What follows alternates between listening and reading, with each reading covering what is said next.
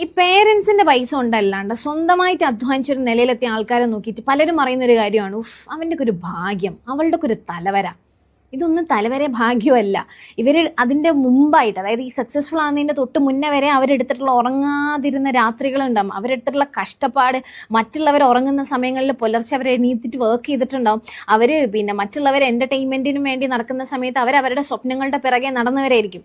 ഇതൊന്നും അറിയാണ്ടാണ് നമ്മൾ പോയിട്ട് അത് അവരുടെ ഭാഗ്യം കൊണ്ട് അവരങ്ങനെ രക്ഷപ്പെട്ടെന്ന് പറയുന്നത്. സ്വന്തമായിട്ടൊരു ഡ്രീം ഉണ്ടായിട്ട് അതിനുവേണ്ടി ഒരു ആക്ഷൻ പോലും എടുക്കാൻ കഴിയാണ്ട് വരുമ്പോഴാണ് നമ്മൾ ഇതൊരു എക്സ്ക്യൂസ് ആയിട്ട് കണ്ടുപിടിക്കുന്ന ഒരു കാര്യമാണ് ഈ പറഞ്ഞ ഭാഗ്യം.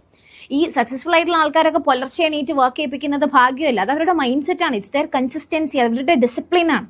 അത് നമ്മളുടെ ലൈഫിൽ ഫോളോ ചെയ്യാന്നല്ലാണ്ട് അത് അവരുടെ ഭാഗ്യം കൊണ്ട് അവർ രക്ഷപ്പെട്ടു എന്ന് പറഞ്ഞ് നമ്മളിങ്ങനെ നടക്കുകയാണെങ്കിൽ നമുക്കിത് എക്സ്ക്യൂസസ് പറയാനും അല്ലെങ്കിൽ അവർക്ക് വേണ്ടി ഇങ്ങനെ കൈയടിച്ചു കൊടുക്കാനുള്ള സമയം മാത്രമേ കാണുള്ളൂ.